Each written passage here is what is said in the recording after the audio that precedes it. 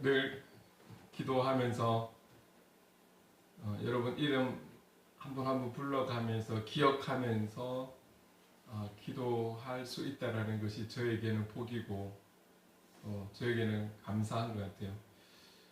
처음 여러분들을 위해서 기도할 때보다 시간이 지나면 지날수록 또 시간이 지날수록 더 여러분들을 위해 구체적으로는 알 수는 없지만 여러분들의 현장과 가정과 여러분들 한 분 한 분을 위해서 기도해 나가면서 더 그 주님의 마음을 조금씩 더 깨달아가는 것 같고 알아가는 것 같습니다. 제가 여러분들을 향한 사랑이 예수님에 비하면 아무것도 아니지만 그 사랑이 더해가는 것을 느끼면서 주님의 마음을 조금씩 알아간다라는 것, 여기에 감사하고 또 그런 여러분들을 위해서 기도할 수 있어서 참 감사한 것 같아요. 우리가 한마디 일주일에 한 번 보지만 사랑하고 축복함이 그저 흘려보내는 하나의 소리로 공중으로 흩어버리는 것이 아니라 정말 주님께서 우리를 진심으로 사랑하시는 것처럼 우리 지체들을 사랑하고 축복함을 표현하고 고백하고 선포할 수 있는 우리가 되었으면 좋겠습니다. 네. 여러분 사랑하고 축복합니다. 오늘 우리에게 주시는 이 말씀 신앙생활 하면서 여러분 아마 여러 번 들으셨을 수도 있어요. 너무나 중요한 부분이고 귀한 부분이기 때문에 아마 어디서라도 한 번 이상은 들으셨던 말씀일 거예요. 어떤 방향으로 흘러간다 할지라도 우리에게 주시는, 나에게 주시는, 그리고 이때에 우리에게 다시 한 번 더 고민하게 하고 묵상하게 하고 그분을 바라보게 하는 말씀이 될 줄은 믿습니다. 그 믿음을 가지고 함께 이 말씀 안으로 또 들어가 보기를 원합니다.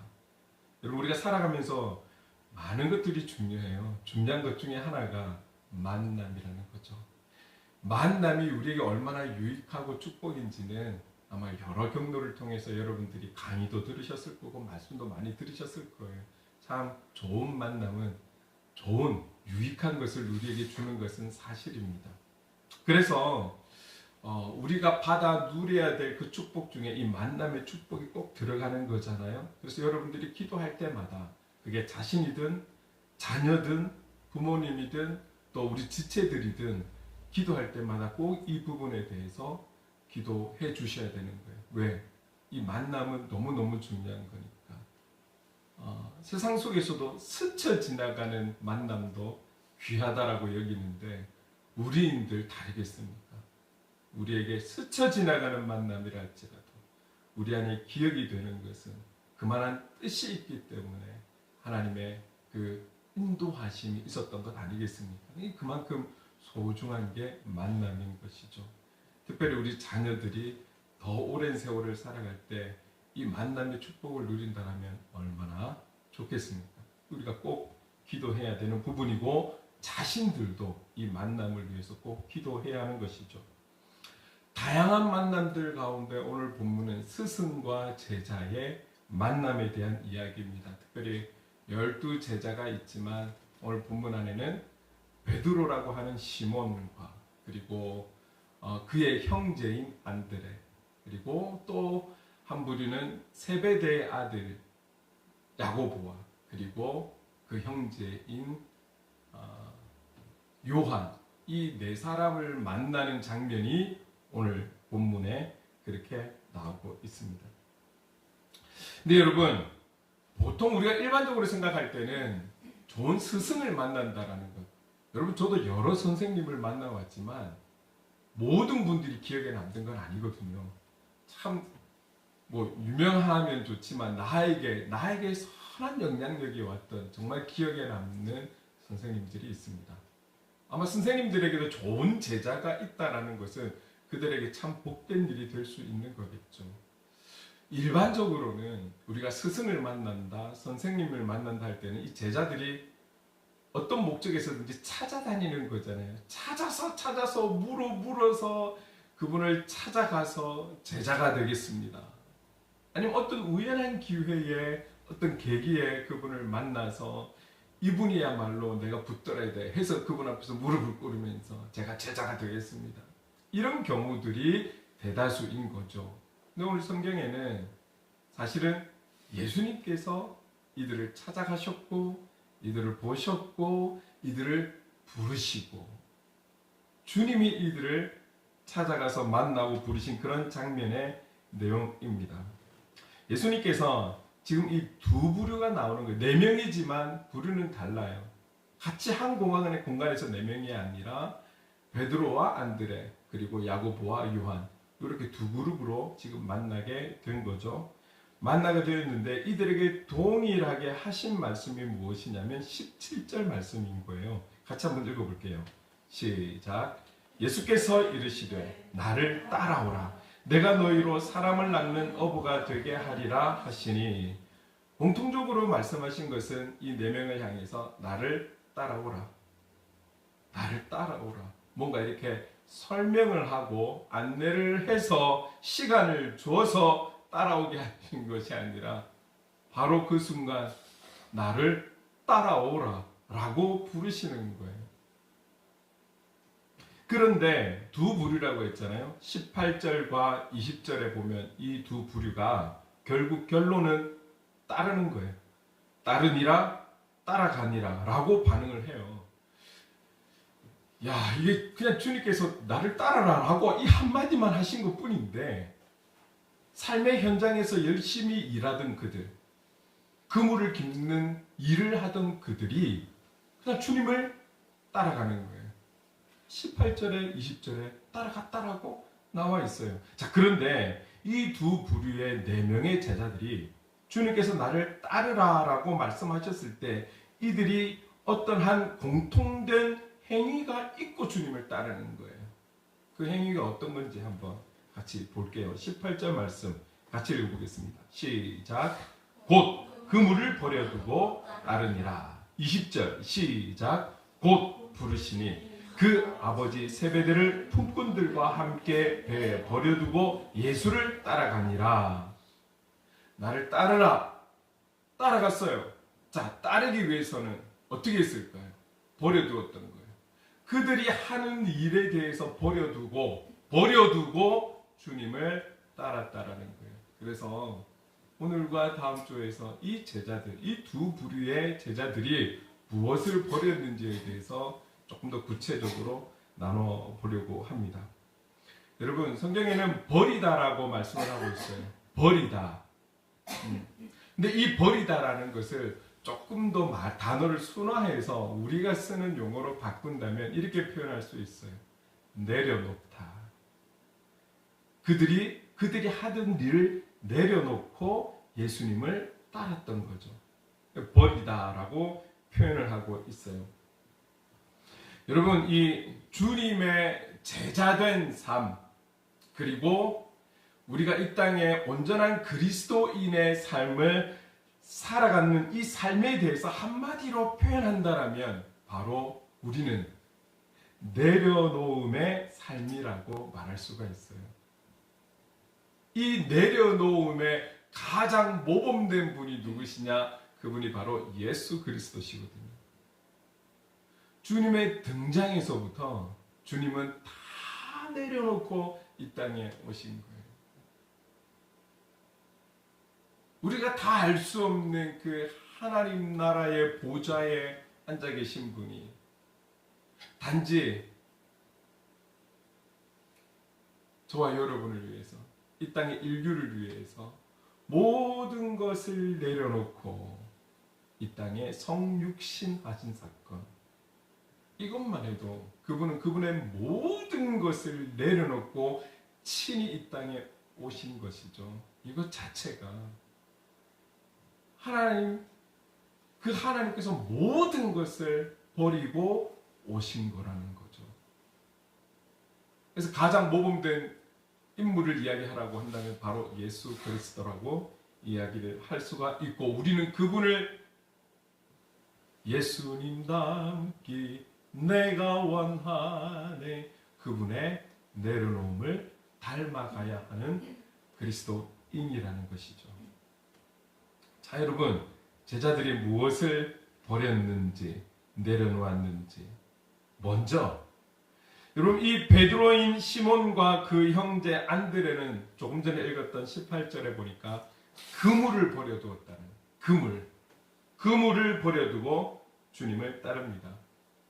이 네 명의 제자의 공통적인 직업은 바로 어부라는 거죠. 여러분, 이 어부는 시대적으로 그 당시에는, 지금은 안 그렇지만 그 당시에는 우리나라 과거의 신분을 놓고 볼 때는 천민에 해당하는 삶을 살았던 사람들.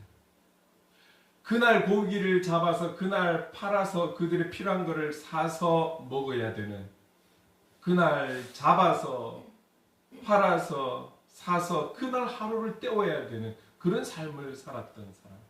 여기에 무슨 배움이 있었고 지식이 있고 가진 재물이 있고 뭐가 있겠습니까? 무지하고 무식하고 배운 거 없고 가진 것도 없고 능력도 없는 그들의 상황이었던 것을 우리에게 설명하고 있는 거예요. 그렇다면 그들에게 있어서 이 그물은 어떤 것입니까? 지금은 뭐 없으면 또 사면 되지. 이 그물도 지금 바다를 망치고 있는 하나의 큰 문제, 쓰레기가 되고 있잖아요. 당시에는 안 그래요. 가장 어려운 삶을 살았던 그들이 이 그물을 다시 산다라는 것이 얼마나 손이 벌벌벌 떨렸겠습니까? 그러니 오늘도 이들이 하고 있는 작업이 무엇입니까? 그물을 손질을 하는 거예요. 왜? 그물을 손질하지 않으면 고기를 잡을 수 없기 때문에. 그들의 일상이었습니다. 꼭 필요한 작업이었습니다. 꼭 해야 하는 일들이었습니다. 그래서 고기를 못 잡으면 그날 살아갈 수가 없는 삶, 그런 처절한 삶을 살았던 부류였다라는 것이죠. 그들에게 이 그물은 없어서는 안 될 생명을 유지할 수 있는 유일한 도구가 바로 그물이었던 것입니다. 아마 이들의 집안에서 가장 값진 것이 있다라면 그 중에 하나가 그물이지 않겠습니까? 배가 있어도 그물이 없으면 고기를 못 잡잖아요. 그물이 그들의 생명을 유지시켜주는 하나의 도구, 아주 중요한 그들의 재산이었습니다. 그런데 예수님께서 이들에게 나를 따르라 라는 한마디에 이들이, 베드로와 안드레는 그물을 버려두고 주님을 따랐던 것입니다. 여러분, 왜 그들이 이 소중하고 귀하고 중요한 그물을 버려두고 예수님을 따르는 것일까요? 아무리 배운 게 없어도 딸린 식구들이 있고 자기가 어떤 위치와 어떠한 상황과 환경 속에 있다라는 것을 인지하지 못할 만큼 그런 무능한 사람은 아니잖아요. 살아가야 한다라는 것, 일을 해야 한다라는 것을 잘 알던 사람이 예수님에 대해서 소문은 들었을지언정 그에 대한 정보도 없고, 지금 우리는 어떻게든 그 사람에 대해서 인터넷 핸드폰으로 이름만 쳐도 정보가 나오잖아요. 그 시대는 알 수가 없는 거예요. 소문에 예수님은 들었겠죠. 근데 주님을 그들이 직접적으로 많은 것을 알고 있고 그분에 대해서 모르는 거죠. 그런데 그분이 나를 따르라. 그런데 그들에게 가장 소중한 재산 제1호가 되는 그 그물을 버리고 주님을 따랐다라는 것. 왜요? 고기 잡는 게 힘들어서? 고기 잡는 게 너무 피곤해서? 너무 지루해서? 삶의 어떤 보장이 안 돼서? 비전이 없어서? 그래서 주님을 따랐던 것일까요? 어떤 이유에서든 그냥 나를 따르라는 그 한마디에 그들이 그물을 버려두고 주님을 따라갔다라는 것은 우린 이렇게 표현할 수 있을 거예요. 너무 무모한 짓이다. 너무 무모하다. 가족은, 자녀는, 부모님은 어떡하라고? 너무 무모하다라고 우리는 표현할 수 있을 것입니다. 그런데 그들은 가장 중요한 삶의 도구인 그물을 내려놓고 버리고 예수님을 따릅니다. 왜 그랬을까요? 왜 그렇게 따라야 했을까요? 이 질문에 대한 답은 그들에게 물어봐야 가장 정확한 답을 얻을 수 있는 것 아닐까요? 근데 물을 수가 없어요. 그렇다면 당시의 시대적인 상황과 성경에서 설명해주는 그것으로 우리는 이해할 수밖에 없는 것이죠.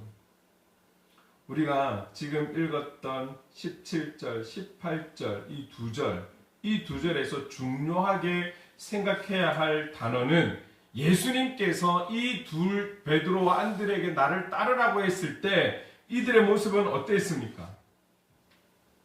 조금의 생각과 고민이 아니라 곧 주님을 따랐다고 했거든요. 곧은 바로 즉시라는 거예요. 나를 따르라고 그 말씀이 떨어지는 동시에 즉시 주님을 따랐다라는 거예요. 우리는 지금 예수님이 어떤 분인지 알기 때문에 그분의 메시지, 그분의 부르심, 나를 따르라는 이 말씀이 우리가 상상할 수 없고 그림을 그릴 수 없는 강력한 메시지였다라는 것을, 그분의 존재를 알기 때문에 이 부분을 인정하자고요. 나를 따르라. 이게 그냥 정중한 목사가 어느 사람한테 나를 따르라. 이게 아니라 예수님 그분이 어떤 분인지를 지금 우리는 알잖아요. 감사하게도 우리는 성경을 통해서 알고 있잖아요. 그분이 어떤 분인지. 그래서 그분의 메시지가 분명 우리와는 다를 거라는 것을 인정하자고요. 그리고 또 한 가지, 그 말씀, 그 명령, 그 초청, 나를 따르라는 이 말씀에 대해서 반응하고 있는 제자들, 도대체 무슨 생각으로 버려두고 즉시 예수님을 따랐을까요? 여러분, 지금 나오고 있는 이 베드로와 안드레는, 이 형제는, 이들도 비록 신분은 참 안타까운 현실이었겠지만, 그러나 이들 또한 유대인이었다라는 것을 우리는 기억해야 돼요. 유대인. 여러분, 당시에 이 유대인들은 구약에서 말씀하고 있는 약속의 메시아를 기다렸어요. 근데 그러려면 여러분들이 구약을 다 읽어보셔야겠죠. 여러분, 우리는 성경을 크게 세 부분으로 나눌 수 있어요. 구약은 오실 메시아, 오실 예수님에 대한 이야기. 그리고 신약은 오신 예수님에 대한 이야기입니다. 여기서 한 가지 더 떼어낸다라면 요한계시록을 통해서 다시 오실 예수님에 대한 이야기입니다. 그래서 이 성경 66권을 한 단어로 표현하라면 예수님인 거예요. 예수님에 대해서, 복음에 대해서 말씀하고 있다라는 거죠, 이 책이. 그런데 그 구약의 오실 메시아에 대해서, 그 약속의 메시아에 대해서 그 구약의 말씀을 기대하고 기다리고 있었던 사람들이 바로 이 유대인들이었던 거죠. 비록 신분은 천했지만 이 베드로와 그리고 안드레조차도 약속의 메시아를 기다리고 있었어요. 왜 기다렸냐면 다시 오시는 그 메시아를 통해서 그 메시아만이 그들의 죄의 문제를 해결해 줄 수 있다라고 믿고 기다렸던 거예요. 그리고 당시에 이 시대는 로마 제국에 사로잡힌, 지배를 받고 있는 그런 시대였어요. 그래서 그 강력한 메시아가 오셔서 새로운 왕국과 새로운 나라를 건설해서 강력한 나라를 세워서 지배받고 있는 우리들을 구원해 주실 것에 대한 기대감을 가지고 있었던 거예요. 왜? 구약에서는 그런 메시아가 오실 거라고 이미 예언하셨기 때문에.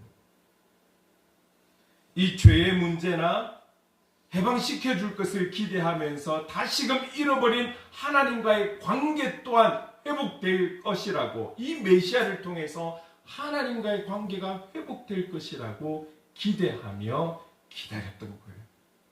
유대인들이 다 그랬어요. 그러니 이 베드로와 안드레도 이런 메시아가 올 것을 기다리고 있었어요. 그런데 문제가 무엇이냐면, 이 당시의 유대인들은 이런 메시아가 오려면 정치적으로 힘이 있는, 정치적으로 능력이 있는 그런 왕이 오셔야 된다라고 그들 생각에 그런 선입견을 가지고 있었던 게 문제죠. 그래서 친히 오신 예수님을 예수님으로 보지 못했던 것이죠.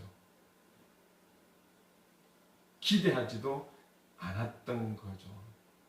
말구유에서 태어나신 예수님을 예수님으로 바라볼 수가 없었던 것이죠. 그런데 놀랍게도 지금 이 베드로와 안드레는 달랐던 거예요. 여러분, 다른 복음서에서 증거하고 있는 말씀을 좀 살펴보면 요한복음 1장 35절 이후에 보면 어떤 내용이 나오냐면 세례 요한이 나와요. 여러분, 당시에 이 세례 요한은 많은 사람들이 혹 저가 메시아인가 라고 할 정도로 엄청난 인기를 갖고 있었던 사람입니다. 그래서 그에게도 제자들이 있었던 거죠. 그런데 요한복음 1장 35절 이하에 보면 2명의 제자들과 함께 거리를 다니는 때였어요. 근데 예수님께서 그들 앞으로 지나가시는 그 모습을 바라보면서 세례 요한이 아주 유명한 말을 합니다. 예수님을 향해서 어떻게 표현하냐면 보라, 하나님의 어린 양이로다. 2명의 제자들에게 예수님을 향해서 보라, 하나님의 어린 양이시다. 그 말을 들은 세례 요한의 제자인 그 2명이 예수님을 따릅니다. 그리고 예수님과 몇 마디 주고받기도 합니다. 그리고 하루가 갑니다. 집으로 돌아온 안드레는 그의 형제인 베드로를 향해서 표현하고 있는 말이 있습니다. 요한복음 1장 40절 41절 말씀을 같이 한번 읽어볼게요. 시작. 요한의 말을 듣고 예수를 따르는 2 사람 중에 하나는 시몬 베드로의 형제 안드레라. 잠시 다시 40절을 읽었어요. 성경에서 뭐라고 증거하냐면 요한의 말을 듣고 예수를 따르는 그 2 사람 중에 한 제자가 누구냐? 베드로의 형제인 안드레다라고 설명을 하고 있어요. 안드레는 이미 오늘 본문의 이전에 예수님을 만난 거죠. 예수님을 만났어요. 근데 중요한 증거가 41절에 나옵니다. 같이 읽겠습니다. 시작. 그가 먼저 자기의 형제 시몬을 찾아 말하되 우리가 메시아를 만났다 하고, 메시아는 번역하면 그리스도라. 여러분, 지금 안드레가 베드로를 향해서 나 예수님 만났어. 베드로를 향해서 나 같이 본 제자 우리는 메시아를 만났어. 우리가 기다리는 그 메시아를 만났어라고 얼마나 기쁨을 가지고 베드로에게 이야기를 하고 있을까요? 여기에 그 안드레는 여러분 예수 그리스도를 향해서 그들이 고대하고 기다리는 메시아라고 믿고 확신하며 베드로에게 말을 했고, 그 주님이 지금 그들에게 다가와서 나를 따르라라고 부르셨다라는 거죠. 여러분, 깨달음은 나의 어떠함으로 인해서 깨달아지는 것이 아닙니다. 여러분, 당대에 이 안드레가 본 그 예수님, 안드레만 보았을까요? 당시에 각 종교인들, 지식인들, 가진 자들 다 예수님을 쳐다보지 않았을까요? 그러나 아무도 그가 메시아인 줄을 알지 못했어요. 가진 것 없고 능력 없고 배운 거 없고 그랬던 그 안드레가 예수님을 보자 그가 메시아인 것을 깨달은. 여러분, 영적인 깨달음은 하나님께서 허락하셔야 깨닫게 되는 거예요. 하나님께서 우리의 눈을 열어주셔야 우리는 영적인 세계를 볼 수 있습니다. 하나님께서 우리의 귀를 열어주셔야 하나님의 음성을 듣게 되는 줄 믿습니다. 신앙생활 오래 했다라고 영적인 세계를 보고 깨닫고 해석하고 함부로 예언하고 그런 거 아니에요, 여러분. 또 그런데 귀 기울이지도 마시고 하나님께서 함께 하셔야, 그리고 그 때가 되어 깨달음을 주실 때 우리가 깨달아지는 거예요. 여러분, 우리 각자가 예수 믿은 기간이 다 다르잖아요. 하나님께서 우리를 차별해서 그런 건가요? 누구는 모태신앙으로, 누구는 청소년 때, 누구는 청년 때, 누구는 작년 때, 누구는 생명이 위태로운 그 순간에까지도. 사랑의 차별이 있어서 그런 것 아니잖아요. 여기는 하나님의 때가 있는 거예요. 그럼에도 죽음까지도 믿잡고 가는 사람들이 얼마나 많습니까? 중요한 것은 언제 우리가 주님을 만났다, 깨달았다, 그 은혜가 있었다, 이게 중요한 것이 아니라 지금 내가 하나님을 예배하는 자리에 있다, 이것이 중요한 것이죠.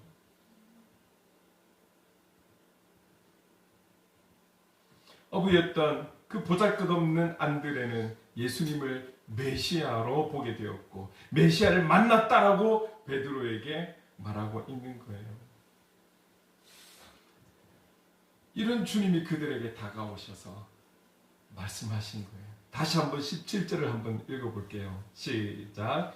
예수께서 이르시되 나를 따라오라. 내가 너희로 사람을 낚는 어부가 되게 하리라 하시니. 나를 따르라. 왜? 내가 너희를 이제 물고기를 오늘 하루를 벌어 먹고 살기 위해 잡는 것이 아니라 사람을 낚는 어부가 되게 하리라. 예수님의 이 강력한 부르심, 새로운 사명과 비전의 부르심에 이들은 곧 즉시 시대적인 상황과 그들의 환경과 깨닫게 하신 그 은혜와 함께 그 명령에 그들은 즉시 반응하는 거예요. 아멘. 따라가는 거죠. 여러분, 그렇다면 오늘 이 두 제자의 그물을 버려두고 주님을 따랐던 이 두 제자의 이런 결단을 통해서 주님이 우리에게 원하시는 것은 무엇일까요? 하나님께서 안드레에게 먼저 은혜를 주시고 메시아라는 것을 깨닫고 그것을 베드로에게 같이 나누며 이런 그들에게 주님이 찾아오셔서 나를 따르라. 내가 너희로 사람을 낚는 어부가 되게 하겠다라고 말씀하셨지만 마지막 결론의 선택은 누구에게 있습니까? 그들에게 있었잖아요. 그들은 동일하게 즉시 그물을 버려두고 따랐던 거죠. 그들의 결단, 그들의 다짐, 이것을 통해서 우리에게 주시는 메시지가 무엇일까요? 여러분, 오늘 이 메시지를 통해서 저와 여러분도 우리가 제자된 삶을 살아가고 그리스도인답게 살아가기 위해서 모든 주어진 생계수단을 다 포기하고 버리고 여러분들이 교회에 와서 24시간 교회에서 살고 기도만 하고 성경만 보고 그렇게 살아라고 주시는 메시지가 아닌 거예요. 여러분, 우리가 성경을 잘 보아야 하는 거죠. 주님의 일에 대한 개념을 다시 한번 우리는 생각해 보아야 하는 것이죠. 교회 안에서만 일어나는 일들, 해야 할 일들이 주님의 일은 아닌 거예요.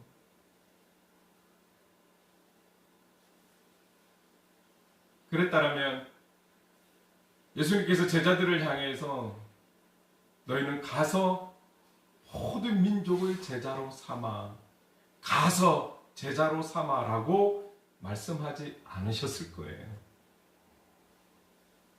주님의 선포는 우리들을 향해서 가라는 거죠. 일어나 가라는 거예요. 그리고 빛을 발하는 것이고 소금의 역할을 감당하는 것이 오늘 저와 여러분, 그리스도인으로 살아가는 저와 여러분들이 감당해야 될 일인 것이죠. 여러분, 우리에게 주어진 모든 일들, 세상 속에서나 교회 안에서나 저와 여러분이 감당하고 있는 그 모든 것이 하나님의 일인 거예요. 하나님께서 지금 여러분의 현장으로 파송하기 위해서 하나님의 때에 하나님께서 저와 여러분을 불러주신 것이죠. 우연한 일이 아니었고 내 실력에 맞춰 간 것이 아니었고 내 능력에 맞춰서 간 것이 아니었고 내가 원해서 간 곳이 사실은 아니라는 거예요. 하나님께서 하나님의 계획하심 속에 하나님의 일을 이루기 위해서 하나님의 때에 저와 여러분을 불러서 그 현장으로 하나님께서 친히 파송하셨고 그 현장에 우리와 함께하고 계신다라는 사실을 잊어서는 안 되는 것이죠. 그렇기 때문에 오늘 저와 여러분은 그 현장에서 사람들 눈치 보며 일하고 사람 비위에 맞춰서 일하고 이것이 아니라 우리에게 맡겨진 그 일들에 대해서 누가 알아주든 못 알아주든 최선을 다해야 하는 거예요. 저는 여기에 우리 청년도 있고 청소년도 있지만 학생들의 역할은 무엇입니까? 학생답게 살아가는 거예요. 성적이 안 오른다고 포기해버리는 게 학생 아니죠. 끝까지 열심히 성실하게 학생 신분으로서의 역할을 공부를 최선을 다하는 그 자세가 그리스도인의 자세라는 거예요. 직장인과 한번 연결해 볼까요? 여기 대우가 안 좋아, 여기 관계가 힘들어, 일해보니 일이 힘들어, 그래서 나 그만둬야 되겠어, 이것이 아니라는 거예요. 이것은 곧 과거의 구약의 사사기 때에 자기의 소견에 옳은 대로 신앙생활 했던 사람과 같은 거예요. 오늘 저와 여러분이 있는 자리가 내가 마지 못해 마땅히 있어야 할 자리에 있는 것이 아니라 하나님께서 나를 부르셔서 파송하신 그 현장이라고 믿는다라면 그것이 어떤 대우이든 어떤 일이든 어떤 관계 속에 있든 하나님의 도우심을 구하면서 그 속에서 하나님의 뜻을 이루어 가야 하는 그 자세가 바로 저와 여러분의 자세, 사명자의 그리스도인의 자세라는 거예요. 그리고 하나님께서 들어 옮기신다라면 그것이 새로운 또 인도하심 속에서 허락하신 현장이 될 수 있겠죠. 여러분, 우리가 살아간다는 것이, 현장 속에 살아간다는 것이 결코 쉽지 않다라는 것 저도 그렇지만 알고 있어요. 그렇기 때문에 그 문제만을 바라보면서 그 관계만을 바라보면서 내가 감당해야 될 일의 분량을 바라보면서 투덜거리고 불평하고 불만하고 감사를 잃어버리고 살아가는 것이 아니라 그래서 우리는 주님을 바라보며 주의 도우심을 구하며 주의 지혜를 구하며 주님의 인도하심을 구해야 하는 것이 우리의 자세인 것이 마땅한 줄로 믿습니다.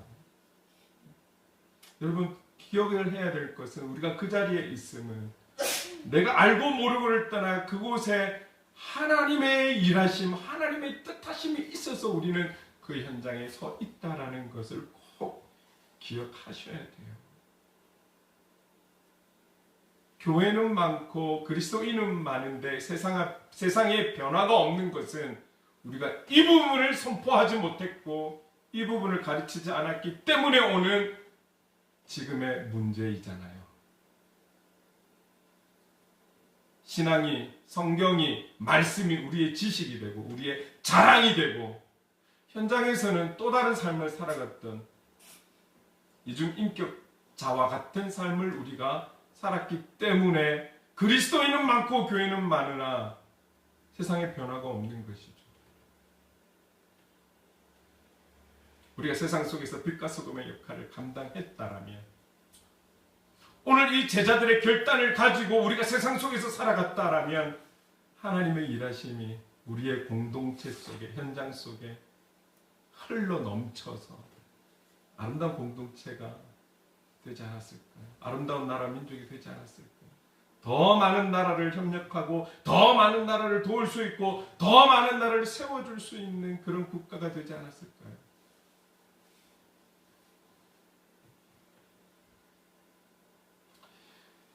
그물이 제자들에게 가장 귀한 삶의 도구, 생계의 수단이 되는 중요한 도구라 할지라도 예수님보다 귀할 수는 없습니다.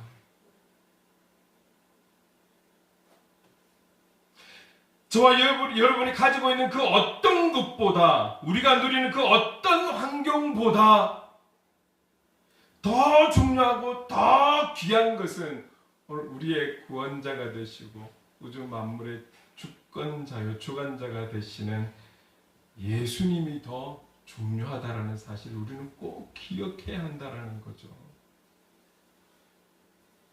여러분들이 세상 속에 그 현장 속에 어떤 직분에 있고 어떤 위치에 있다 할지라도 그보다 더 귀한 것은 하나님의 부름 속에서 파송을 받은 그리스도인이라는 이 신분이 우리에게 가장 귀한 신분이 되어야 할 줄로 믿습니다.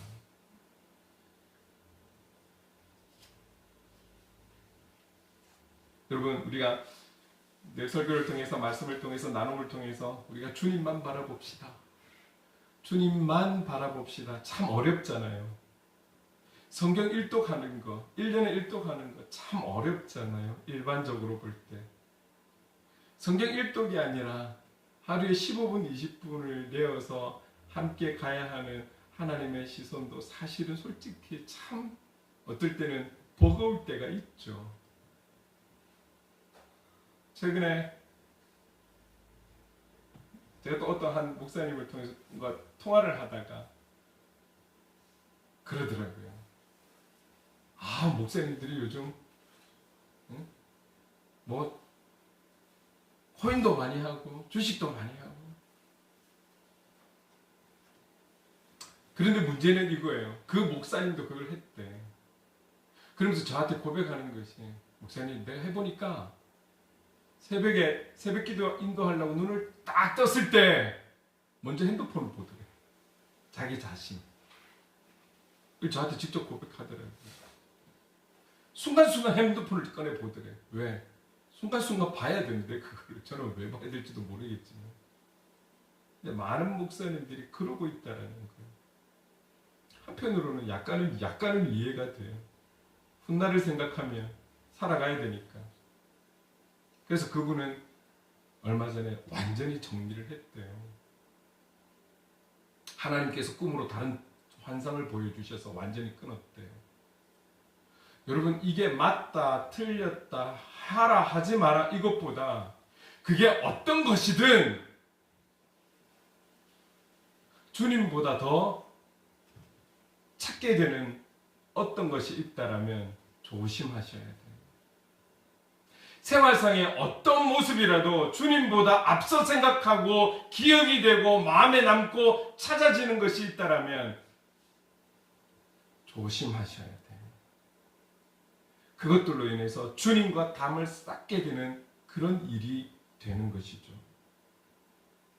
주님보다 더 귀하고 주님보다 더 사랑하고 주님보다 더 시선이 간다라면 그거 멈추셔야 돼요. 그게 주식이든 코인이든 어떤 세상적인 방법이든 멈추셔야 돼요.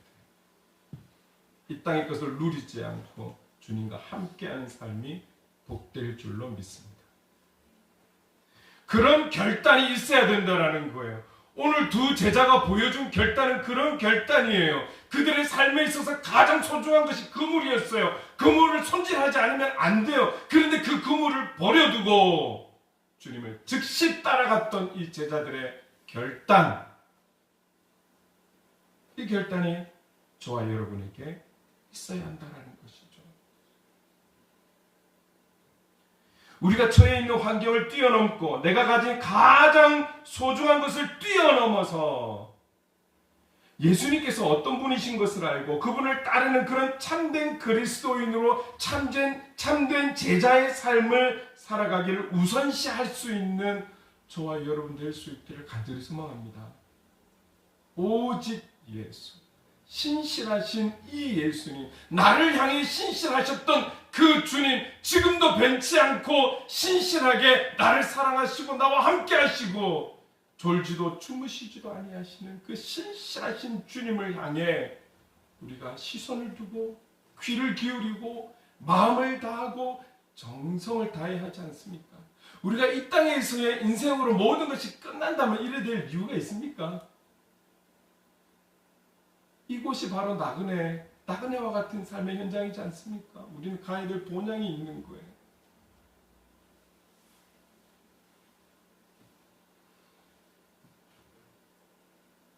참된 제자는, 참된 그리스도인은 나의 것이라 여기는 모든 것을 버려두고 주님을 따를 수 있는 자, 그렇게 결단할 수 있는 자, 그런 중심을 가지고 현장으로 나아가 살아갈 수 있는 자가 하나님 기뻐하시는 그리스도인이 되는 줄로 믿습니다. 그런 그리스도인으로 살아가는 날마다 매 순간마다 그렇게 결단하는 저와 여러분 되시기를 주님의 이름으로 축원합니다. 아멘.